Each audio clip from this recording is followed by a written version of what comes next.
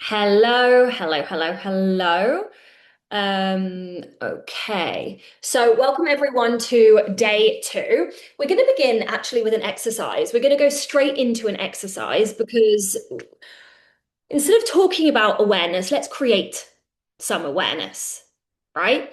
So what you need to do this exercise is a notebook or a phone or something that you can write with.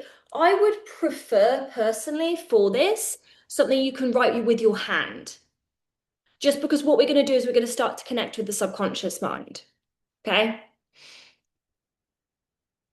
So I'm just going to give you guys literally a couple of minutes to find that. And that's perfect because as everyone's coming on, you can find a notebook. And if you're watching the replay, the beauty of watching the replay is you can just pause me and begin me if you need to go get a notebook. Hi, Nicole. Hello, everyone. How are you all feeling? Hello, everyone. Again, if you've got a note taker, can you please remove it? Because obviously we only allow replays until the end of the month. So if you've got a note taker, it'd be awesome if you could just remove it. I know it joins you automatically if you've already got that set up. Not an issue. Just click goodbye on it. Hi, Natalie. Hello, everyone. How are you all feeling today after yesterday? I'm curious in the chat as you guys are getting your notebooks and joining us.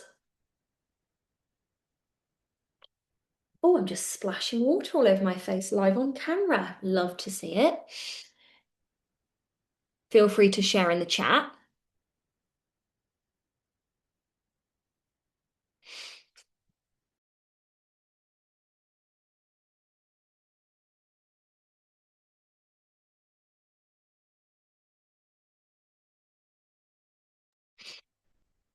Okay.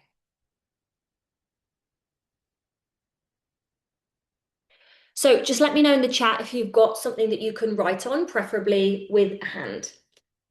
And actually, do you know what I'm going to do? Whilst you guys are getting that, I'm going to give you a bit of context. You do. Some of you do. Brilliant. Hi, Tashi.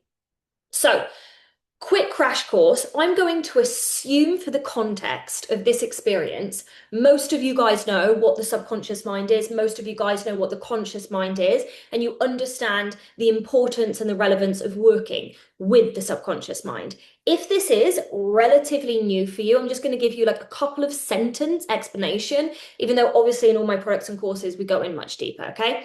Conscious mind, so you as a human, conscious mind, what you're conscious of is about 5%. This is what scientists say. I don't know how rigorously tested this is, okay? But this is what we say on average.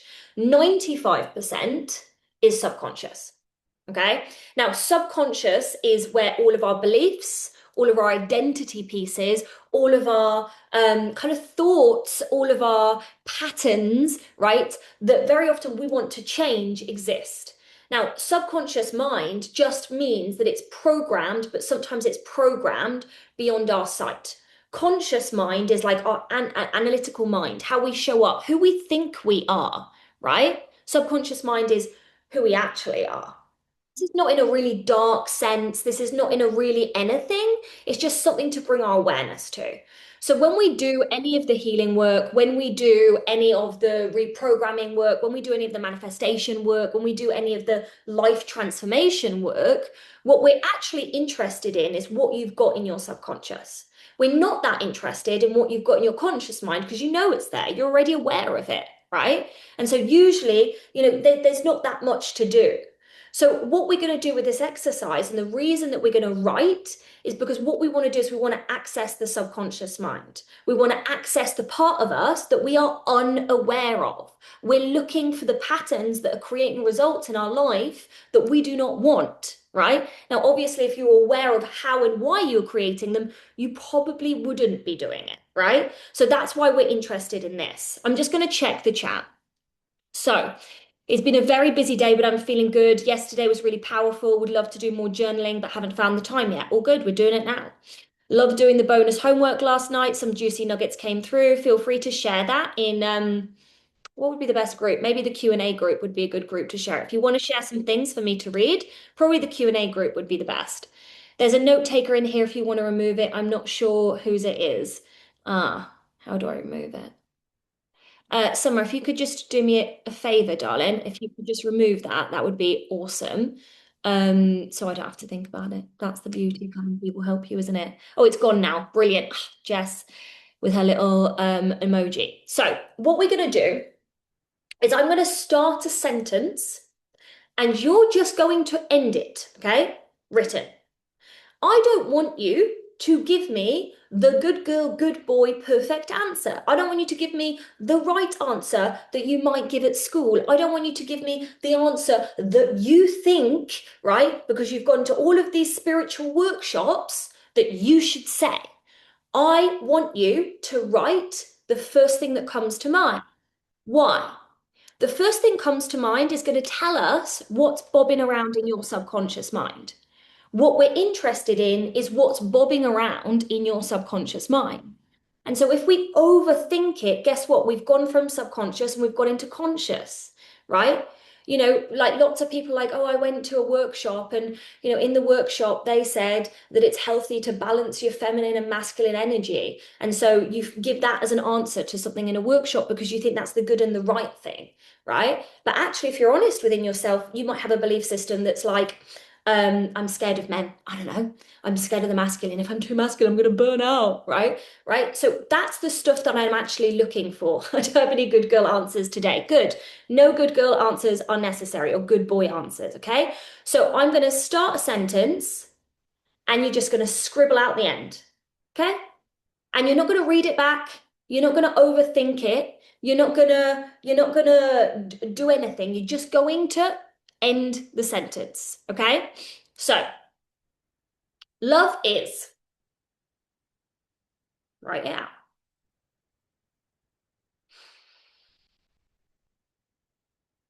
Marriage is.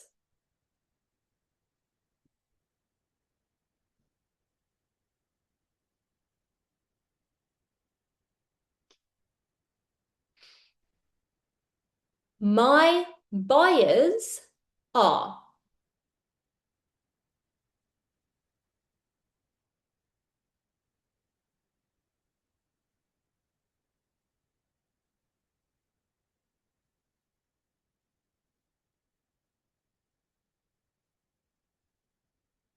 People see me as.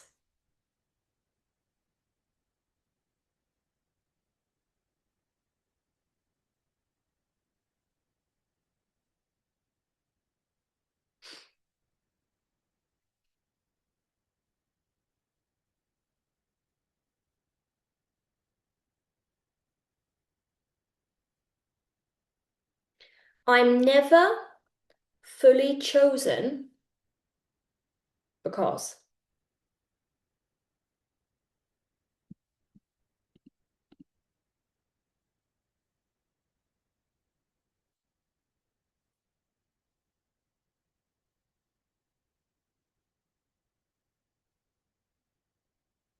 People always leave because.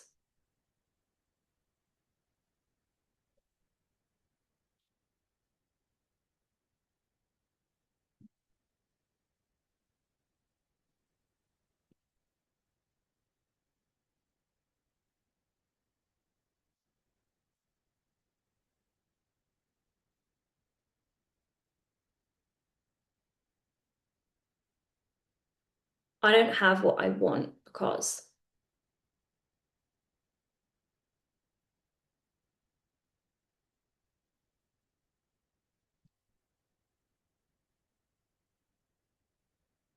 No thinking, just writing.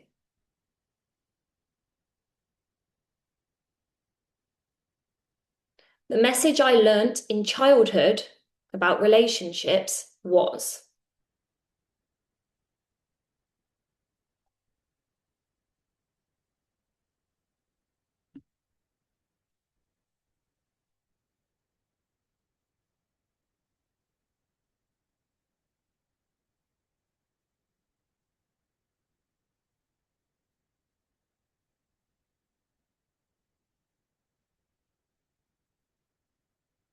Money is hard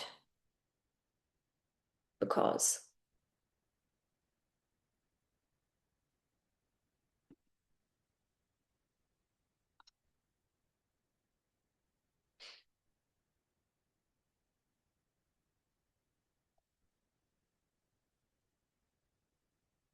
Love hurts because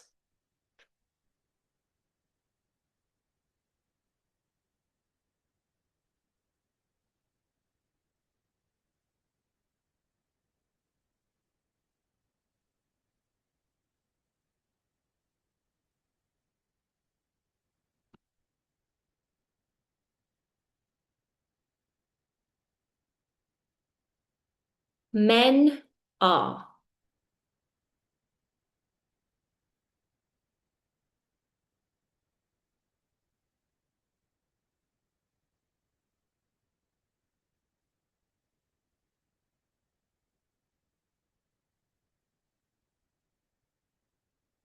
Women are.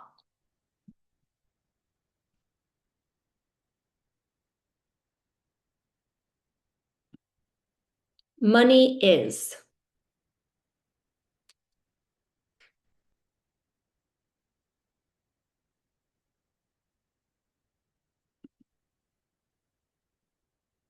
My audience is. By audience, I mean social media, or if you sell to a market, that's what I mean by that.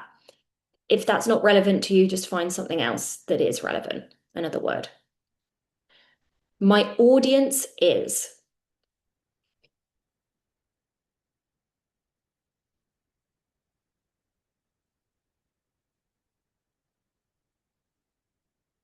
I'm not safe in love because.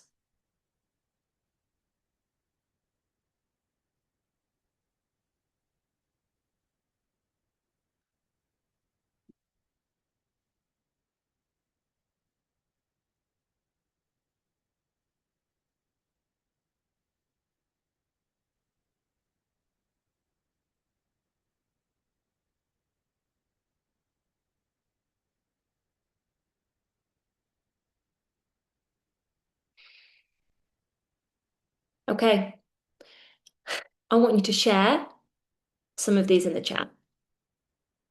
Okay. If it feels uncomfortable, then that's the invitation to be seen in it as well. Okay. I'm going to copy the prompts into the chat just so you've got them as well if you want to copy and paste them so you can come back to it. Told you today we're going straight in. But like we did a lot of theory yesterday. Let's actually start awareness, yeah? Oh, by the way, today's the love pillar. Didn't even tell you. Right?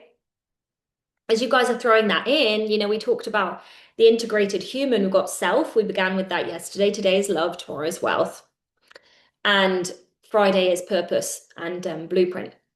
And it's an interesting thing. My uncle once said to me, he said, Hannah, you work with such wealthy people sometimes as clients. How can they have any problems? Like, money isn't the only solution to life, right? We want to spend our life with people. We want to have healthy relationships. We want to be in love. We want to have beautiful marriages. We want to have great relationships with our team. We want to, all of this stuff is such a part of how satisfied and fulfilled we feel in our life, right?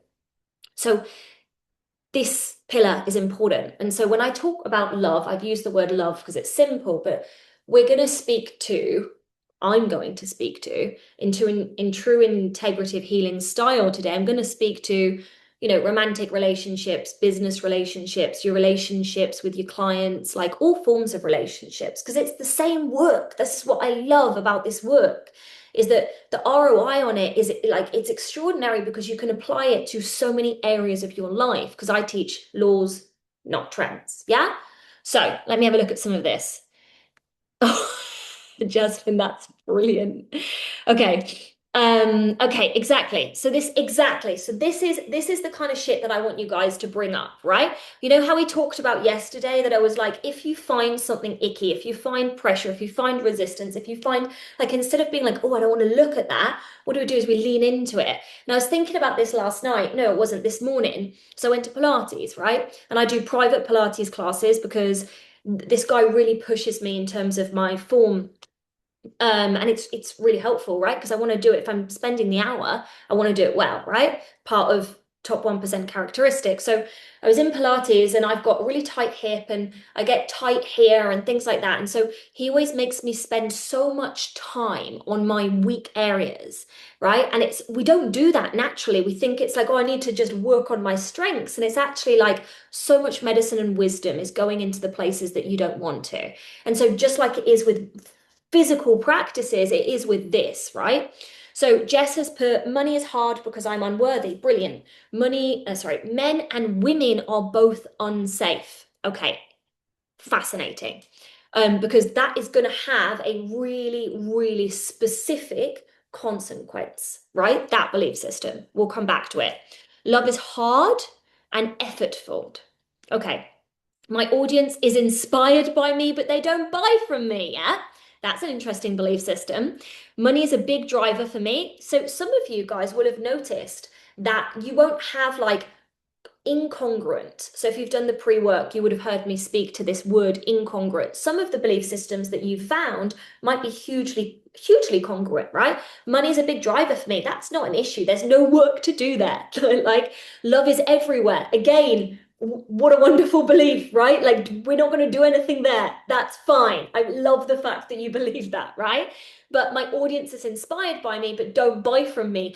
That's where we're going to do the work, right? And so that's why we've begun doing these sentences. So instead of me saying something generic that isn't resonant with everyone, there's an opportunity for you to begin to even just start looking at yourself.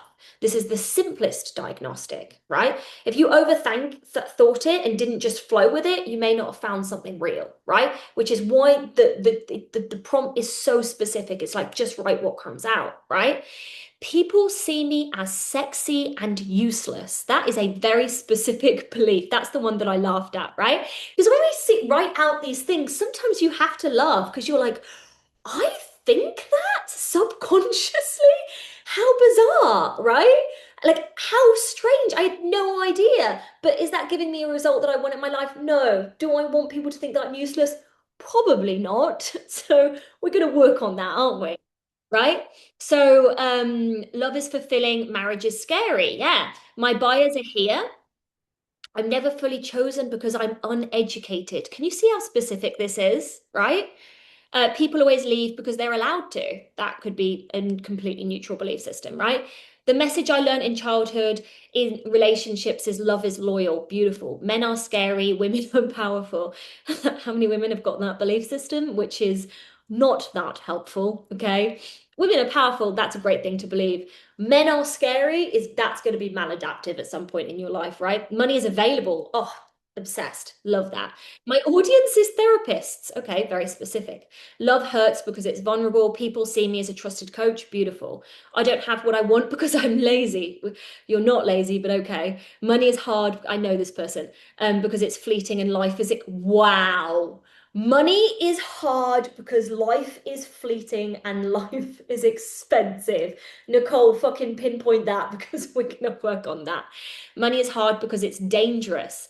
But money is also amazing, right? So many of us have received so much messaging in our childhood that rich people are bad and money is dangerous.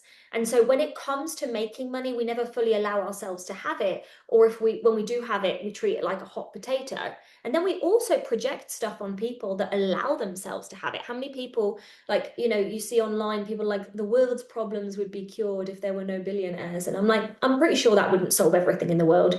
Do you know what I mean? Like there are other issues, so it's a fascinating thought form that is common, yeah, but not true. The most ridiculous one is money is hard because I have to spend it, right? How many of you guys, it just makes me laugh.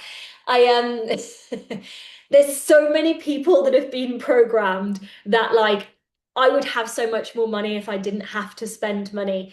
And there are so many people that have so much anxiety around spending money. But actually, when you spend money, you get more of what you want, right? But how many of you guys grew up in a household where you were taught that if you were frugal, you would be safe. So spending money feels very, very dangerous, right? That's kind of that's the education that I had as a child, right? And I had a client once in the certification. We were doing a specific process on her, Well, the clients do, they learn how to do very, very specific. They find the wounding, the belief system, and they heal it, right? And then they send me all their videos and I go through them. And I can't remember who was doing it exactly, but I remember the belief system. And the belief system was, as long as I have expenses, I'm going to be a burden. What horrendous programming, because your whole life you're going to feel like a burden. And the solution that the subconscious mind is going to try and seek and send energy to is no expenses. But no expenses actually means no house, no food, no holidays, no car, no petrol, no nice things that you want, right? It's an impossible state to live in. And it's really interesting. You can ask yourself, like, even if I just came to your house like a little fairy and I plonked 10 million in your account, some people still wouldn't feel safe to spend. And then you realize it's not a financial thing. It's deep wiring around the act of spending money that causes the trigger because of subconscious programming.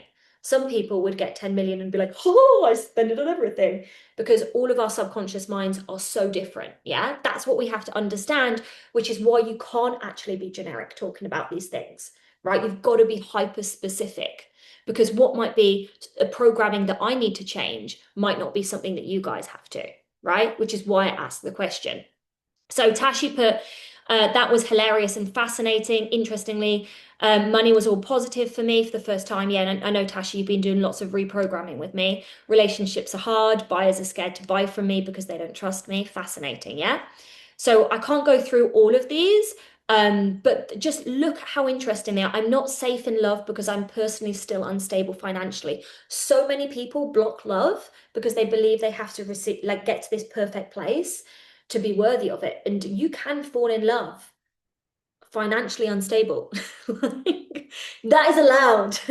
Do you know what I mean? They're not mutually exclusive, right? Money is hard because it often ignores me. That's the vibration you're admitting. Money ignores me, right? And I don't always know why. Money is fickle. Love hurts because it's deep, great, and all, yeah, all encompassing. People see me as non-committed. My clients are non-committed. I don't have, okay, beautiful. People leave because they lack depth and yearning for truth. I don't have what I want because I'm lazy. People, yeah, I look for others. Brilliant. Brilliant, brilliant, brilliant. Okay, there's so many of these, and I'll look through it at the end. So the weird thing is I love spending it, but still not enough. Yeah, some people are happy to spend it, but they live in a paradigm of not enough. So it's like however much they make, it just disappears, right? And actually, we don't create savings through rigorous control. We create savings through actually shifting our inner state around money. I'm not going to go into that because we're not talking about money and wealth specifically today. Okay. What I want you to understand, right? What I want you to understand, because we're talking about relationships today, and actually we're in relationship to everything, hence why I brought in money. We're in relationship to money, right? A question that I sometimes ask my clients is that if money was a character, what would it be? When I was first asked that with a coach, I said money would be my secret lover, because I was in a hippie community and it was quite like, you know, probably not well seen that I had secretly had that business success. I didn't really tell anyone for my first six figures. And then I moved to this big house and my friends were like, what the fuck? And because I really kept it secret. And so a big part of my money work, personally, my journey was feeling like actually money for me is a stable masculine relationship. That's what it became for me. And a deeply feminine, nurturing relationship. And it wasn't a secret lover. I was held and I was safe, right? And that inner programming really shifted my relationship with money. But anyway, what I want you guys to know and see, again, I don't know how much previous work around this everyone here has done. I'm making the assumption today that not everyone is a beginner. Most people, you've been in the personal development game for a little bit. So if I if I miss a step that you've got a question on, please feel free to ask me in the chat, because I am operating from that assumption. But if you've got a question, totally fine. Like, I would prefer you guys to ask it. And very often when someone asks a question, lots of other people in the group have got it. And you're actually asking it for everyone in the group. Yeah. So our belief systems create our reality. Okay. Our belief systems create our reality. And actually a deeper truth, because you've probably heard your thoughts create your reality. You've probably heard maybe your belief systems create your reality. You've heard we create our reality. We've heard you create your reality, right? You've probably heard that. And I believe that over the last, let's say, 50 years, all of this work has been coming out because we're in this time of consciousness evolving, right? And to begin with, what we could understand, because remember, right, we can only, I'm going to give a teaching and you're going to understand it at your level of awareness. And this isn't a weird hierarchy bollocks thing. This is just how the human being works, right? And so the more that there is, increased awareness within our minds, right, the more we understand teachings. So there are teachings that I understood, to a certain level 5 years ago that I can understand much deeper now. And that's the beauty of always coming back to the work, because you've got increased awareness, it can land deeper. Yeah. So I believe that teaching of your thoughts create your reality had to be at that point, that level to begin with. Because if we went into the complexity of how this actually works, people would be like, that's too much. I can't understand it. Right. Like, I don't get it. Right. But what actually creates our reality? I'm like, how deep do we go? I'm still going to simplify for today because we've got an hour, right? But how our reality is actually created is, yes, thoughts create our reality. Yes, beliefs create our reality, but also imprinted and trapped frequency create.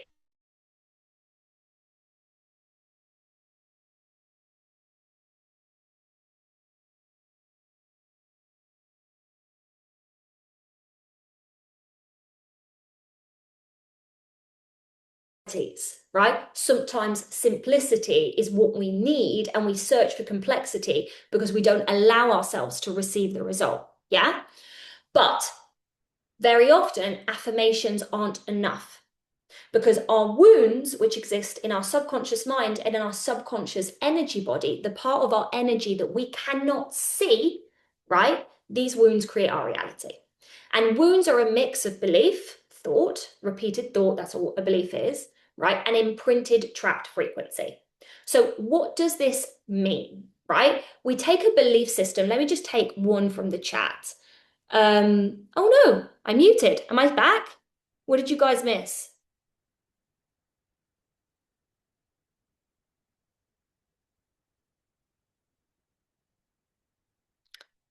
I wasn't muted, so can you still hear me?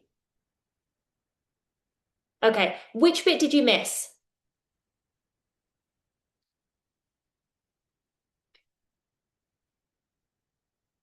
The bit about beliefs. Okay, so a wound. So people in the chat, I'm like, this is very helpful. Thank you guys. So a wound is belief system plus frequency. What do I mean by that?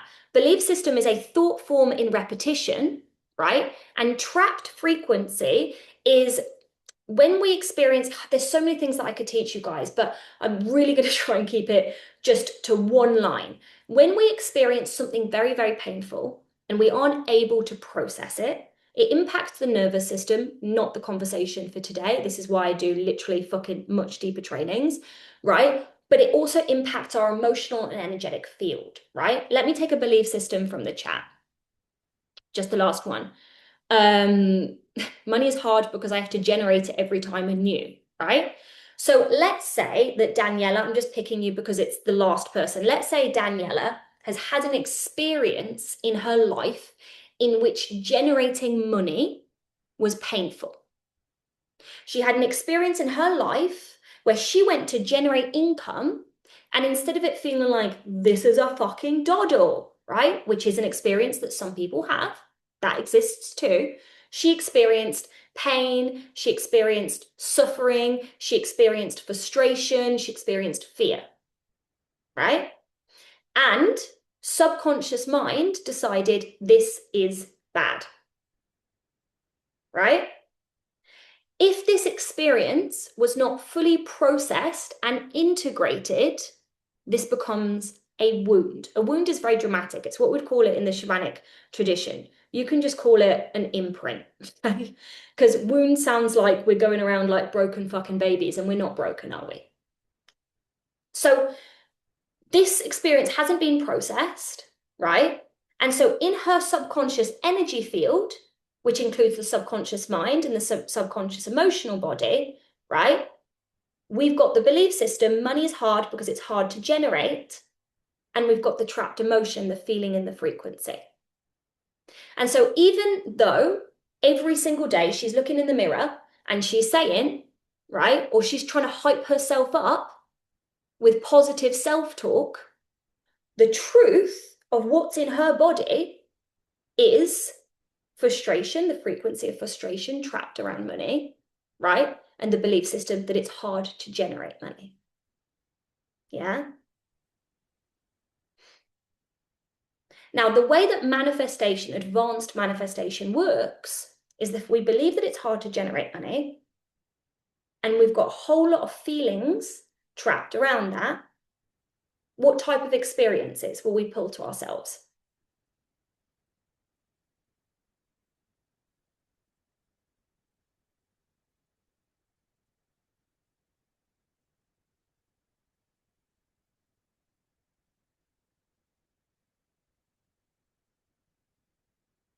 We will pull experience of, I lose money, it's very stressful, and then I have a hard time generating it.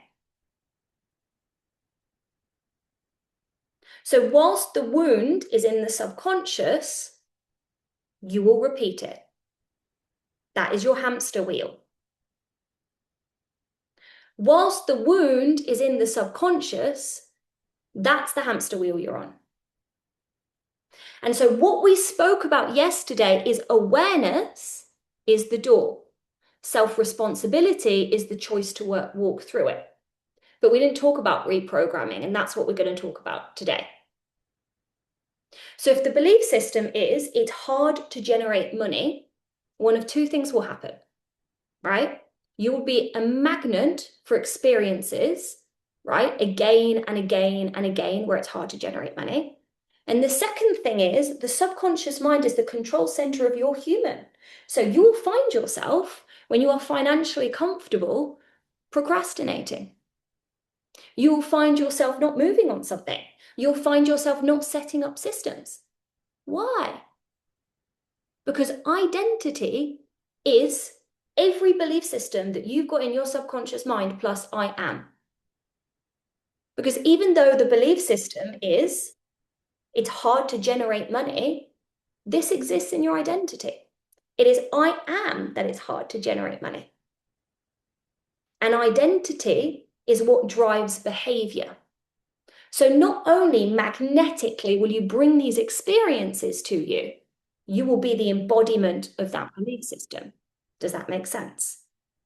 I am that it's hard to generate money means that you behave in alignment to that subconsciously.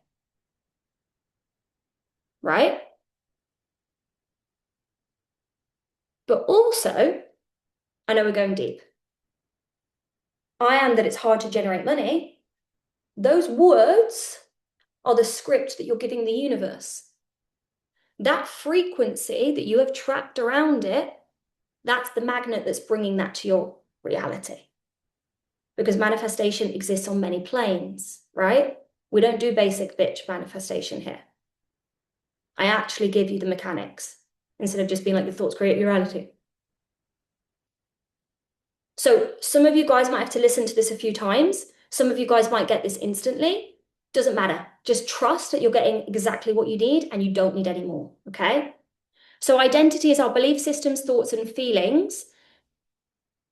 We're going to talk about that. Identity, you have a belief system around everything. And you perceive reality through you. So all of your belief systems are with I am. I am that men and women are unsafe. I am that money is hard to generate. Everything that you just listed out in your belief systems that we brought up, add I am to it. And that's your identity.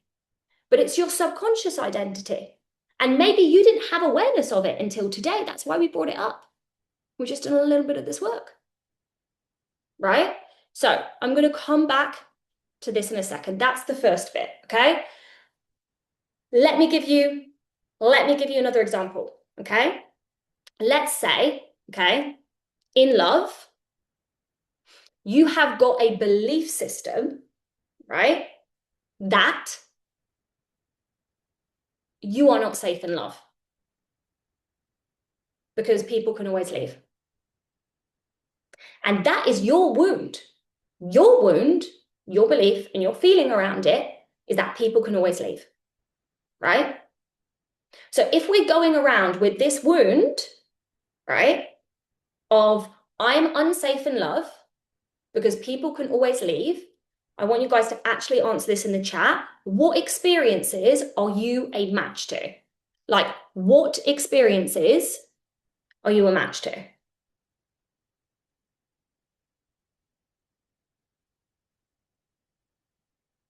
Okay, so you'll attract someone who will always leave, unstable relationships. Yeah, what else? Because there is an expression of a belief system whilst you're single. There is an expression of a belief system whilst you are married. There is an expression of a belief system whilst you are dating. Yeah? So you'll attract someone who will leave.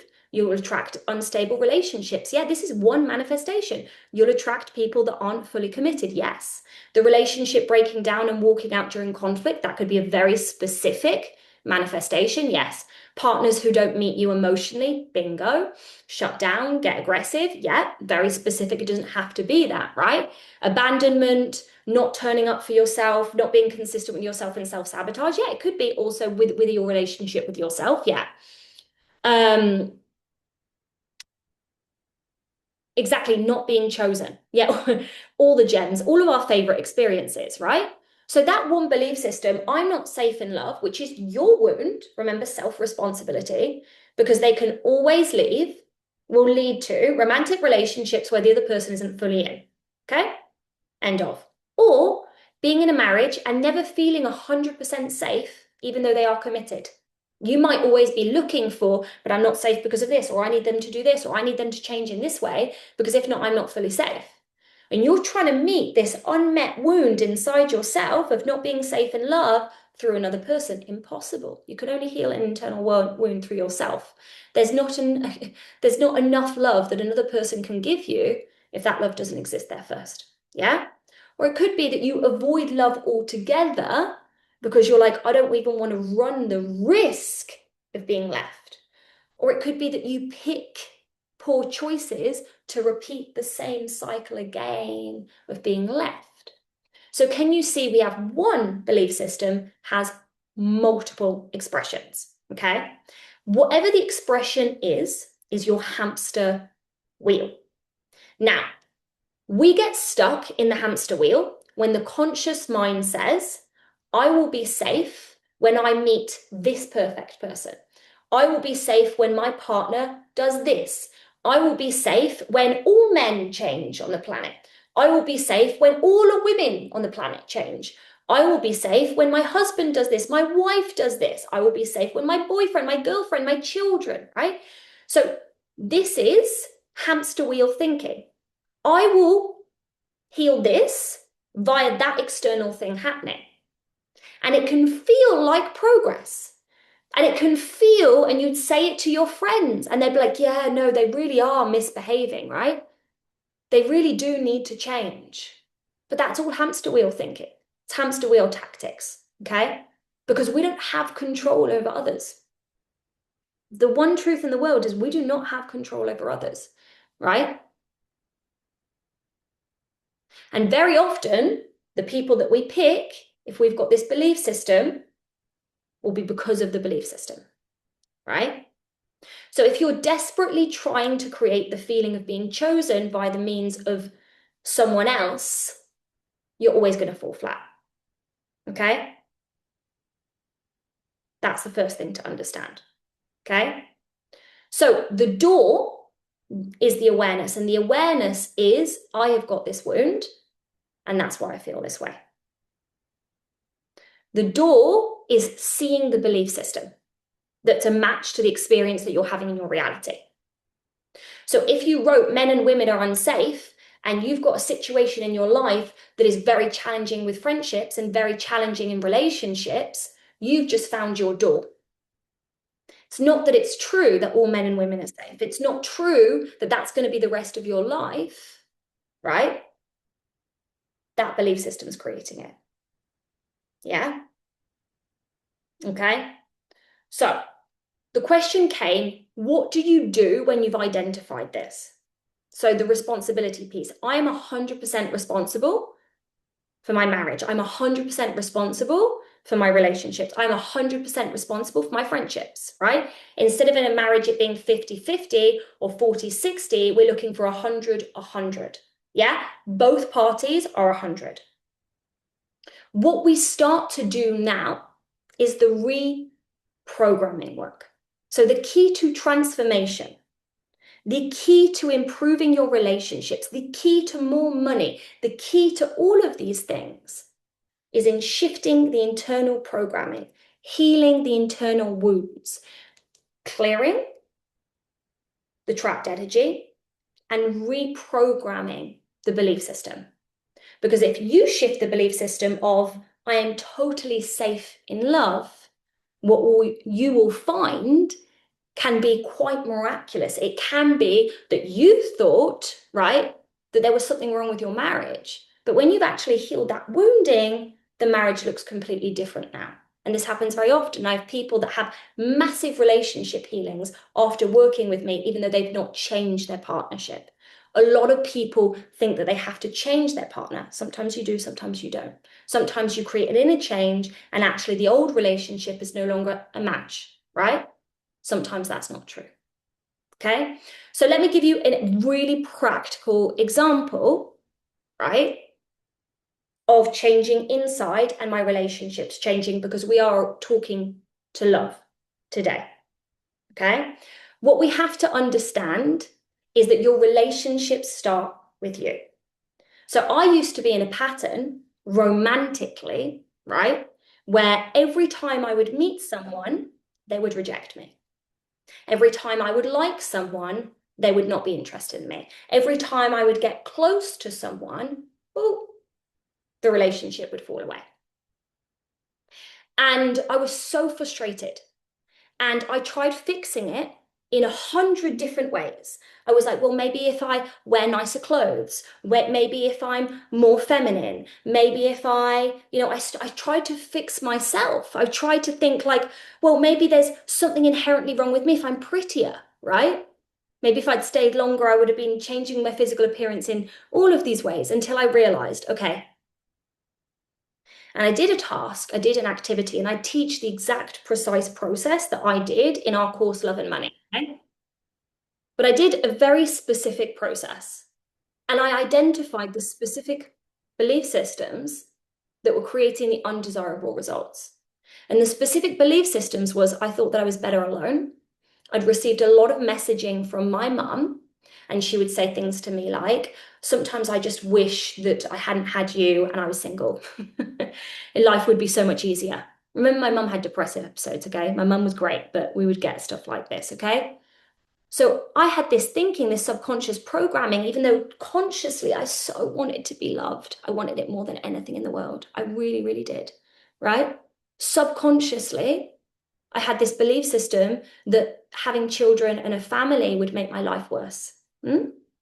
Okay, that's the first thing. The second thing is that I had a belief system that when people got close to me, they would realize that I was a terrible person and they wouldn't want to be with me. I believed that. The reason that I believed that is I had a series of abusive relationships and I'd been told that. Okay, so I'm not going to get into my history a lot, but I'm just going to share that. Yeah. And so when I spotted these belief systems, I had a fucking party. I was like, yes, this is excellent. This is brilliant. Oh my God, this makes so much sense. This means I'm not going to be alone forever. I could just change what I believe about myself, right? And I started doing some of the reprogramming work that I teach my clients. I don't do it with you guys here for free. I've said that before, right? The emotional clearing, the neurological reprogramming, right? In 6 months, I met Craig. But from that work, I never had an experience of someone meeting me and then not wanting me. I never had any of the experiences that I'd been stuck in prior. 9 months later, Craig and I were in a relationship. That's the power of finding a fucking belief and reprogramming it. That's the power of awareness, responsibility, and change. And if you don't know how to do the reprogramming work, literally just work with me. That's what I'm a master at. That's what I do, right? That's what I teach you guys to do.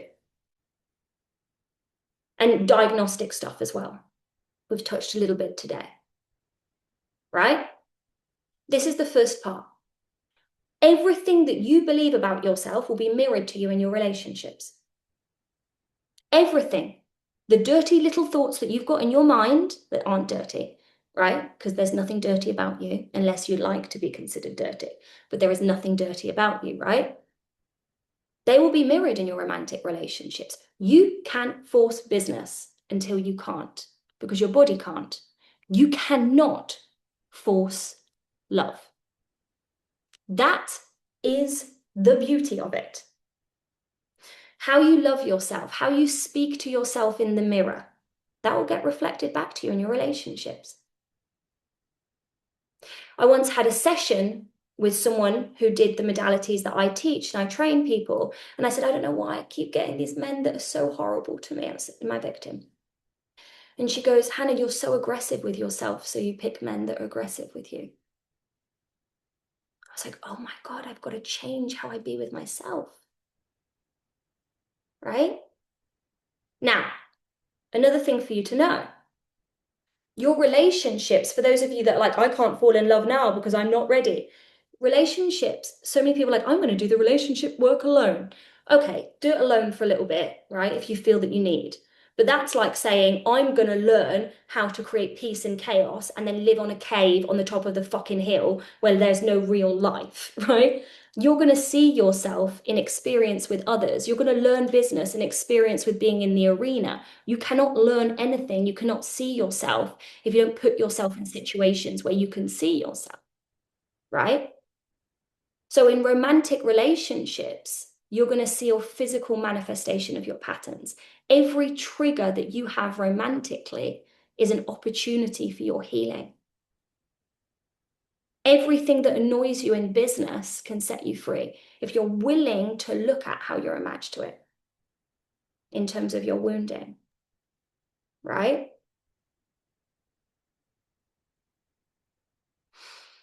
There are 4 stages to relationships. I'm going to say 2 more things really briefly. I've taken huge topics and I've given you sprinklings, okay?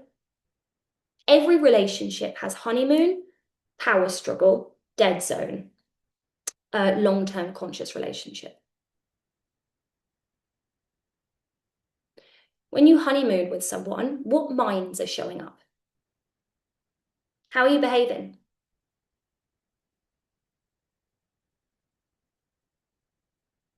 In a honeymoon? Be like, I really want them to like me. So instead of falling into old patterns, what are you going to do? You're going to be more controlled. You're going to operate more from conscious mind. So in honeymoon, the reason that it feels so good, best behavior, it's conscious mind plus conscious mind. What happens after the honeymoon? Because we as humans are not our conscious mind. As we hit the power struggle. The power struggle is when you realize that every single relationship has conscious mind, subconscious mind, subconscious mind, 4 minds. And that's where we go, oh my God, I thought they were the one. And look, they're a human being. How devastating, right? Like, fuck, they're alive and kicking and they've got patterns. So do I, right? But no one tells us that. What do people tell us? They tell us if it's meant to be, it will be. What a pile of wank, right? So lying-y. Not true. So untrue. That would be the correct English. Sets us all up for failure because we enter the power struggle in our relationships and we think that the relationship is broken and it's wrong. It's not. But it's going to require something different. It's going to require you to get over your dopamine addiction to that first stage of love and to do the deep work together, which leads to even more love, leads to long-term love, it leads to the most beautiful love because you're loved for who you are, right? Conscious and subconscious, right? Something that I programmed in consciously before I meet Craig, which I highly recommend. So I programmed in that I'm loved for who I am. And I spent so much time programming that in. When you ask Craig, why does he love Hannah? He's like, she's just so herself. Is that because I found the perfect person? No, it's because that's how I wanted to be loved. So I built that belief in myself first. Because I want to be loved full glam bot, and I also want to be loved where I look like I'm a raccoon on meth, right? I'd like to be loved in all states.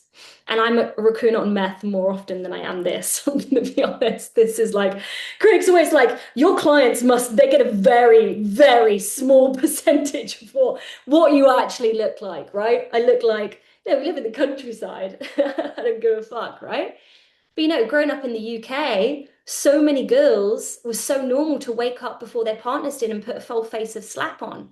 Did anyone ever do that when they were younger? So paranoid, right? England, I don't know what other countries were like. I've never done that. Yeah, but it was a thing in the UK, right? Like I had girlfriends that, and so anyway, so not relevant. Power struggle. So power struggle is where it's hard. And, you know, it's meant to be hard because that's where you're doing the deep healing. Now, obviously, the power struggle, you can only get through the power struggle if you've got people that are both wanting to work on themselves, right? And at least you can start with yourself. If your partner's like less into it, then that's fine. Sometimes when you change, they change, right? And I've seen that many, many times. People go at different rhythms in relationship, and that's fine. Yeah, it's not an issue there. But power struggle is where you have to really look at your wounding, right? And Craig and I broke up for 3 months in our power struggle, right? It happens. But what I'm so grateful for is having the tools to find each other again. And Esther Perel, who's one of some of the best work on relationships, she's been married for many, many years. She talks about having 3 marriages because they've transformed so much together. So sometimes when you're in a long-term relationship, you don't just power struggle once, right? You power struggle as you have different seasons. But in the power struggle, you must always take your stuff home, right? You must always look at how you are matched the experiences that you're having in the relationship. After the power struggle, we get to the dead zone. We're not going to talk about that today, but that's very normal. You hit the roommate phase, right? And so the novelty is gone. That's another stage where you've got to do other work there, right? Other work to keep the passion, not even the passion, but like just keep the novelty alive, even if the partnership is the same one. When we get to the other side, it's long-term conscious relationship. I believe a lot of us, what we want is long-term conscious relationship. But that comes after we've been through that process. Now, in business, it's the same. A lot of people are like, I'm going to be a coach. And then they're like, this is hard. And they meet themselves and they're like, I thought it was going to be easier than this. And then it's like their money patterns, their triggers. Oh my God, I've got to be seen online. And you hit the power struggle. And then some people go, well, maybe it's not for me. Maybe it is, but maybe you're going to have to resolve all of your stuff to get to the other side, right? It's crazy to think that you wouldn't have to. All long-term relationships are like that. And generally in our life, we benefit from having long-term relationships. It builds stability if you so choose it. Again, it's all your lives, not mine. So we have to understand that it's our inner work that attracts the people to our life and attracts the experience. But it's actually the inner work that keeps the relationships healthy when we're in them as well. Right? Because it's the same work when you're in a relationship. And let's say you have something come up. Can someone that's married or has been with someone for longer than 3 years, just drop something in the chat that's come up recently in a relationship? My ex-husband used to tell me that he only loved me with my truth. That is so specific. That is so specific. Just got a fetish for eyebrows. So he'd always draw them on so he didn't see me. That's so random. Did you ever ask, what was it about eyebrows for you? I have so little feelings about eyebrows. But Abby, you've probably done this work because you've done so much work since that. But looking at how you're a match to being loved in that way as well is what stops that happening in the future. Okay, growing at different rates. Oh, I love this one. I'm not even going to read the rest. Okay, this is for my strong women. Okay, this is for my independent women who thought it was a flex how smart and intelligent you are. Here's the motherfucker of a shadow that I wish someone told me so I didn't manifest it for fucking years, right? So,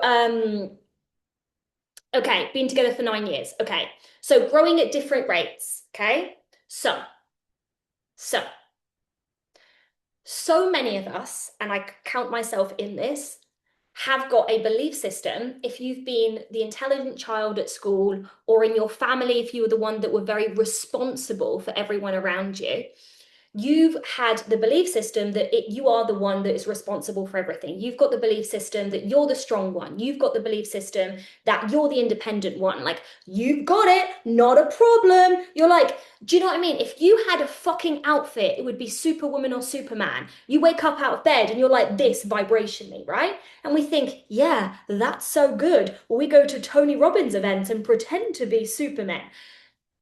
Patterns have shadows. So even that though, that may have helped you survive, because some of you guys will have been through hard fucking shit. And believing that you can and believing that you've got this will have saved your fucking bacon. And so let's be grateful to that part of you, because that's amazing. That's brilliant. And who are you a match for in love? If you've got to be the one that saves the day. Someone that doesn't save the day. Someone that hasn't got that about them. Right? Because you can only perceive yourself in relationship to others. You'll also attract people in your friendship groups that aren't getting the same results as you, right? So the belief system for you, Nicole, there, and I know Nicole because she's a client as well, and I know that there's family dynamics in which you saved your dad's bacon and stuff like that. There's your part is you have to stop doing that, right? But then you also have to shift your identity because remember, I am that I'm ahead of my partner. Mm? Right? That's identity. And as you shift that belief system of like, I'm the superhuman that gets it all done, I'm that fucking bad bitch, right? What's going to happen is that either he starts shifting and stepping up, which happens, and I've seen so many times in relationships, like so many times in relationships, okay? Right? If you're giving him vibrationally that much space to live in, then obviously he's going to be that big. But if you give them more, like people more space, they grow, right? Like it's the same thing as a fucking plant. We are plants, but we have feelings. I don't know if plants have feelings. I don't know, but we do, don't we? So I say some fucking insane shit. I hear myself afterwards, and then I do these things, and I have a second myself, and I'm like, oh, and why do you have to be so weird every time? Anyway, so you might find that, or you might find, right, when we shift our perception of ourselves, he starts taking off in different ways. So, oh, maybe you hold finances, but since you shift your perception, he holds something else that allows you to make more money. But because you've shifted your self-concept, you're able to appreciate that, right? In a way that you couldn't appreciate it prior. Or it could be that sometimes we make a decision that the person that we've been with is the person of our last season and cycle and isn't for our first next season and cycle. Right? It depends. But the thing that you have to do first is look at yourself and shift that programming and patterning. Because if not, what will happen is that you'll go out and you'll meet someone and it will be the exact same fucking thing. Right? So, oh, no to note takers, right? My husband told me he wanted to stop trying for kids after 2 years of unsuccessful attempts. So, Jess, I'm going to give you another example, okay? We're going to do some of this pattern work here. I want you to think about what you feel in your body, right? Because the wound is what's being activated by the situation. So it's not the fact, it's like, so do you feel rejected? What's the story that you tell yourself? It was too good to be true. I always knew that it was going to reject me. I'm never going to get the family that I wanted to get. Whatever that is, that's your wound. That's what we want to reprogram. That's what we want to shift, right? And so if there's 2 years of unsuccessful attempts, that also gets to be something that we look at, right? That also gets to be something that we peel back and we look at, well, what in me is a match to that? Could be something physiological. It could be that we have to really look at hormone healing. It could be any of these things, right? But the situation of my husband, that's the situation. The trigger is what I'm interested in, what you make that mean, right? I knew he would lose attraction to me, right? Same as Abby with the eyebrows. As much as that's hilarious and just the strangest fucking thing, right? How did you feel in that moment when that person said that to you? Was it, I'm never fully accepted as myself? Because even though it feels silly, and this is the beauty of the relationship work, is when you can take every fucking thing home, right? Feel like my husband doesn't appreciate my efforts or take my business seriously. Yeah, then my question is, where are you not taking your business seriously? And where are you not appreciating your efforts, right? If I don't do it, nobody will. Exactly. That's a belief system. So you're going to attract people. I'll give you this one for free, guys. I really, really had this. My mum was poorly for a long time, and I was the mother for many years. She was a really great mother before she was poorly, right? But I developed this internal self-concept that I was the mum of everyone, and I was the one that got everything done. Then my team, I would attract people who didn't get the job done, and I'd be up at fucking 10 o'clock at night fixing the work that wasn't done properly, paying them. Yeah, because I didn't know how to have communication. I attracted things in relationship where I was holding the dominant everything, right? And all of that's changed. All of that's changed. But it didn't change until I looked at, oh my God, where do I believe that I'm fucking God's gift to the planet? Do you know what I mean? Because it is fucking this ego stuff underneath it. Where do I see my role? Because if I see myself as the one that's competent, I must only be able to attract people that are incompetent. And so the more that I've seen myself as one of a huge array of competent people in the world, the more that I've attracted extraordinary team members that make my life easier.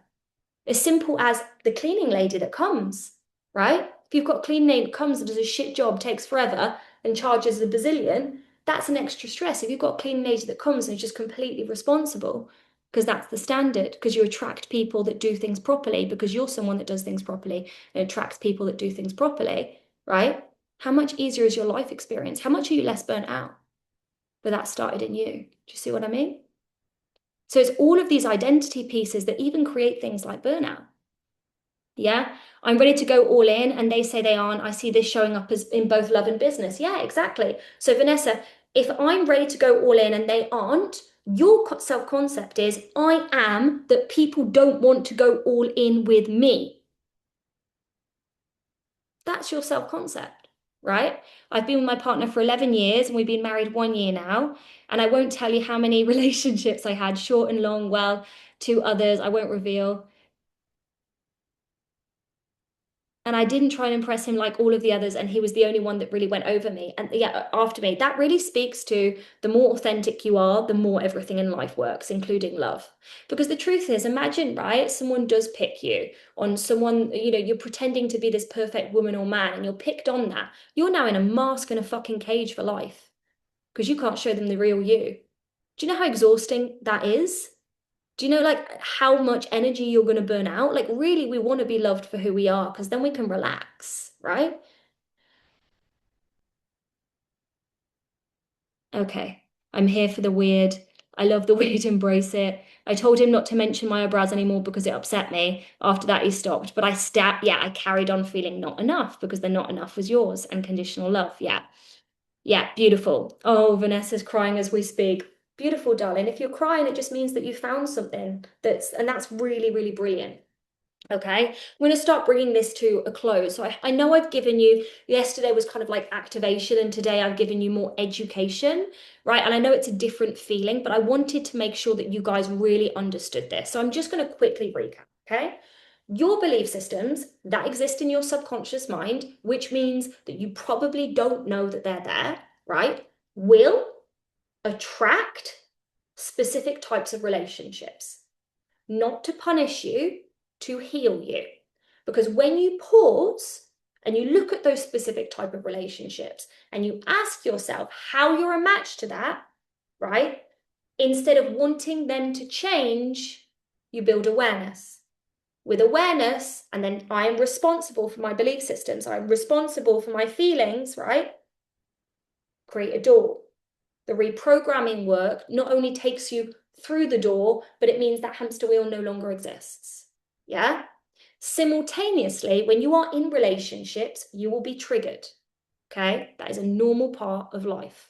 People in your life will trigger you because we all have wounds. Your partner will trigger you, your team will trigger you, your kids will trigger you, your clients will trigger you, your coach will trigger you. We all trigger each other, right? But we can only be triggered if there is a wound in you. If you're feeling something, it exists in you, right? You might want to blame, but it exists in you. Every time that you experience a trigger is basically just an activation of a wound. When we feel a trigger, it's an activation of a wound. This is an opportunity, right? This is an opportunity for you to heal and leave the hamster wheel. In order to do this, again, I repeat, we have to take 100% responsibility, look within ourselves for what's a match, right? So we need diagnostic and reprogramming tools. This is what I do within the Global Uni, okay? So I'm just going to share a tiny bit today, and I'll talk more about the Global Uni as we go on. Within the Global Uni, I have got various blueprints that are designed for different areas of your life. I don't create courses that are just short little courses that you do once and you never do again. I create blueprints that you can use for the rest of your life, okay? Love and Money is our romantic course blueprint because you can really identify all of your core patterns and reprogram them. So they've got tools and resources, which go much deeper into what I've done today, right? Whether you want to diagnose the patterns within yourself or whether you want to reprogram them, whether you want to reprogram them just in subconscious mind or if you want to clear emotions. What I'm going to share with you this week is that we are launching the Global Uni, okay? The Global Uni is our year membership where you get access to all of the blueprints. Today, I've just talked about Love and Money. There are so many more blueprints. I'm going to mention this more as we go. I'm not going to go much into that. But within Love and Money, that's specifically where you can work on the 4 stages of relationship, the reprogramming work, the diagnostic work. And the final concept that you'll work with, which is the thing that I want to share with you today, is something called upper limits. Does anyone know why, after a certain amount of money, the divorce rate is higher? I'm curious to see the belief systems in the group. Does anyone know that after a certain point of money, by Daniela, why the divorce rate is higher statistically? Upper limit problem. Bye, Nicole.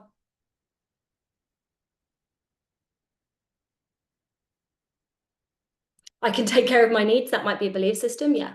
But what else? What is upper limits? Jealousy, expectation shift? Yeah. No, none of these. Literally none of these. So many people, when we look at these stats, power dynamics, nope. Eva's put, actually, the first edition of Love and Money became one of my top podcasts. We've got all of our courses on podcasts for ease. Top podcasts on Spotify that year, yeah. Savers versus spenders, it's your next edge. None of these are correct. Okay? We have so much prejudice around wealth. We have so much prejudice around wealth that we just think, I've done this before and I've said to people, why do you think the divorce rate is higher, the higher the net worth? It's after a certain point. It's like, I don't know what it might be like a few $100,000 a year. And people have said to me before, well, maybe just wealthy people are bad people. No, that's not true. That's absolute bollocks. So we've got something in our nervous system, a belief that money will serve the inner work. There's probably some truth in that, Christy. Maybe we need to do a study, darling. We change, not necessarily that. There's something called upper limits, okay? And the reason that I teach love with money is that you can't teach relationships alone if you're a high success ambition person, because the frequency of love, right, will impact the frequency of money, and the frequency of money will impact the frequency of love. What do I mean by this, right? We have all got a thermostat in our subconscious mind of how much good we will allow ourselves to have, right? So let's say you are someone who had quite a comfortable childhood. I'm going to give you different situations, right? In the sense that mum and dad had money, you were safe, you might not have been minted, but like you were safe, right? So your thermostat is programmed to, yeah, I feel relatively safe in the world, right? But maybe you were bullied at school. Maybe your parents had massive fights. Maybe you were really insecure because you, I don't know, had spots, right? And so, what this kind of creates is that what's normal for you is to feel kind of safe-ish, but I can't have everything that I want. I can just have like a small slither. I feel a bit anxious. I'm not sure how I feel about my physical appearance. And this creates what's called a subconscious thermostat. Now, if you're like me and have zero practical skills at all, I have no practical skills. I was not brought to this planet to be a practical person. I was born to build business and teach spirituality and do nothing else, right? But thermostats, the way they work, temperature thermostats, is that you program it at, let's say, I want it to be 21, yeah, degrees. So when the temperature goes up, what does a thermostat do? It automatically brings the temperature down. If the temperature goes too down, what does a thermostat do? It brings the temperature up. Emotionally, on our nervous system, we have a thermostat for how much good we can hold that was set in our childhood. So as a child, you will have, let's say, I'm allowed to feel 34 on the scale of well-being. There isn't really a scale, but let's imagine, right? 100 is all of the good in the world. There is no more good that you can receive. And what's normal for you is a level 34 of good. Yeah? That's normal for you. You're comfortable at 34, right? So let's say you make a really big sale and you've now got 100K sitting in your bank account and you've never had 100K sat in your bank account before. So you're suddenly now at 36 and this is so fucking unknown. What do you do subconsciously? You have to sabotage. You sabotage other areas of your fucking life.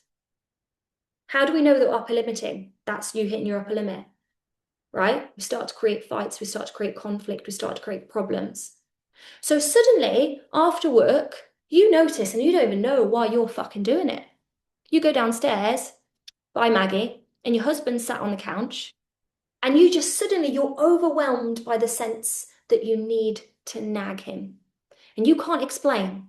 And suddenly you feel really passionately about the cushions are wrong.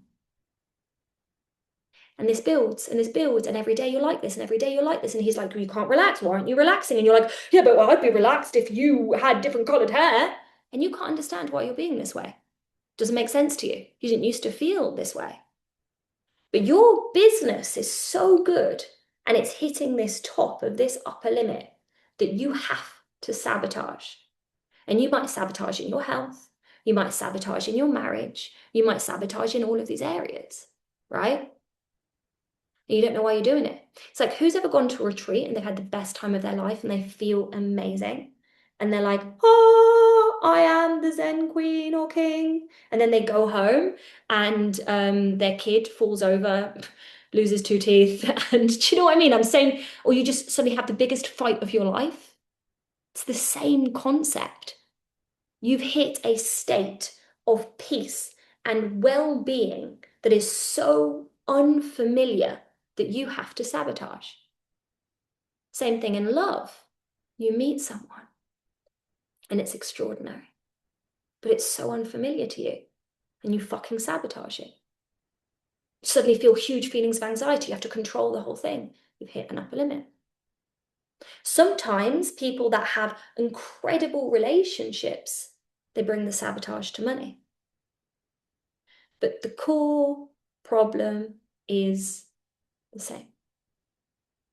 The core problem is that your upper limit is 34 and all the good in the world is 100. And to have millions in a bank and to have your marriage working and your kids happy and your health working, if you want kids or if you've got kids, I don't yet. You need to be able to hold an 80. So you cannot, and hear me when I fucking say this, do the relationship work as an ambitious person, right? That wants to have all of the things without raising your upper limits, right? And to do that, you have to consciously reprogram the subconscious limit, right? And we've all got it in different places depending on the dominant emotions of our childhood. So, for example, for me, 1 million was a piece of piss, not because my dad made a million, but because, I don't know, for me, that threshold didn't really hit anything. Multiple million had me on my fucking knees with upper limits, right? On my knees. And I had to do so much work to reprogram that thermostat. We also do this in Love and Money because I only teach, right, relationships in the context of success. Because my clients, they want to thrive in all areas. They don't just want the finances. They don't just want the romantic relationship, right? And so to be able to hold it, how many of your AIs are like, you want success, but you don't know how to hold it? And everyone's fucking copy says it. And no one knows what it means. No one knows what it means to hold the success. Holding the success means that your subconscious upper limit is high enough to have all of the things that you want in your life that you don't sabotage subconsciously. That's what it means, right? And so I consider that one of the most important pieces of work if you want to become someone that is thriving in multiple areas of your life. Okay? Okay, I'm going to bring this to a close. We're already 18 minutes over. I thought we were going to be much quicker today, but we weren't. Anyway, so homework. If you'd like to do it, this is bonus, yeah? Pick 3 relationships that you want to change in your life right now. 3 situations in your life right now in some form of relationship that you want to upgrade or you want to improve.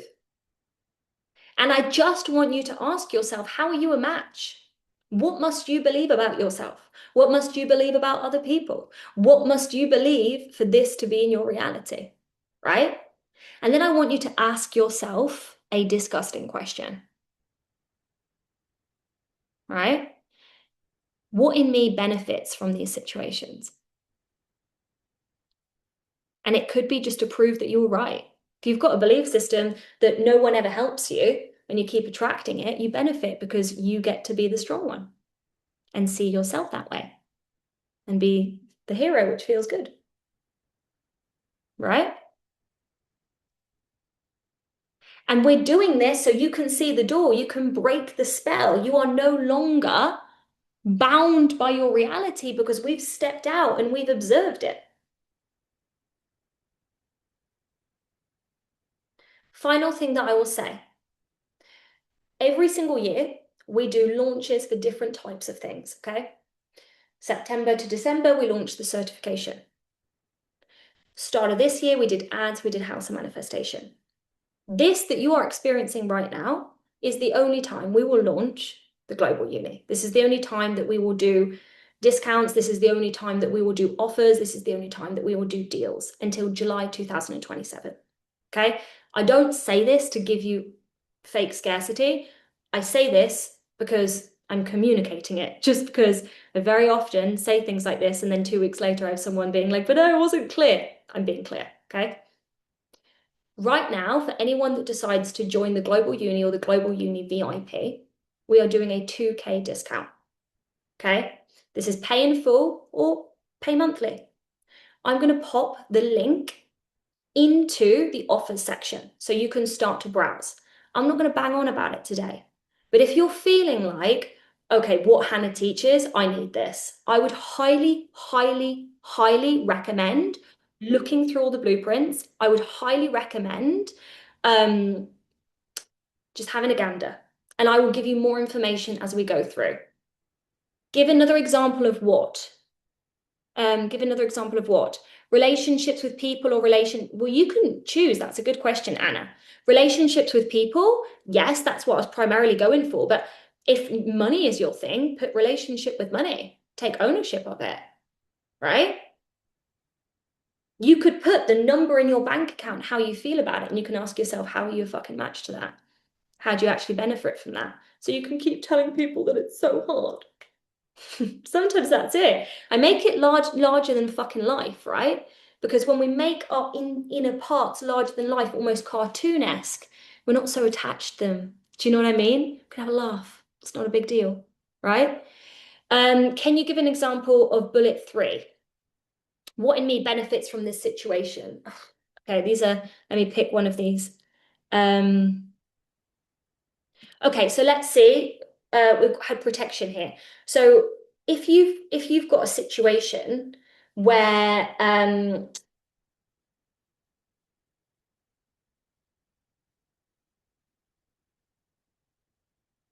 this could work in money or love. So let's say you've got a situation in which um, you keep picking inappropriate partners, right? You keep picking partners that it's never going to fucking work. Like they've told you from day one, I'm not emotionally available in not so many words, right? And you keep saying, oh, but why does it keep happening? Why do I keep picking these men, right? And actually, when you ask yourself what benefits from this situation, it's like, I don't have to run the risk of falling in love because it could never have worked. And there could be a part of you that's so terrified. I was so frightened when I met Craig because I was like, oh my God, I could actually be hurt here.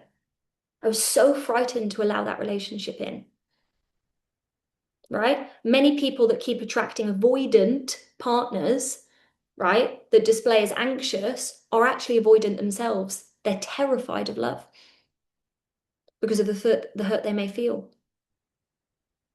And the drama cycles feel easier. Money, um, so, it could be that you are in a financial situation where you've lent money to a family member. How do you benefit from it? If I lend it to the family member, I don't have to invest it in my business, which means I don't have to go all in my business, which means I can't fail. I can just put my toe in. And if I don't really try and I don't really go in, I can't run the risk of trying and it not working. That's a subconscious benefit. This is where, like, I'm asking you to really hold a mirror to yourself, right? Do we have any more questions on the questions, or do we feel clear?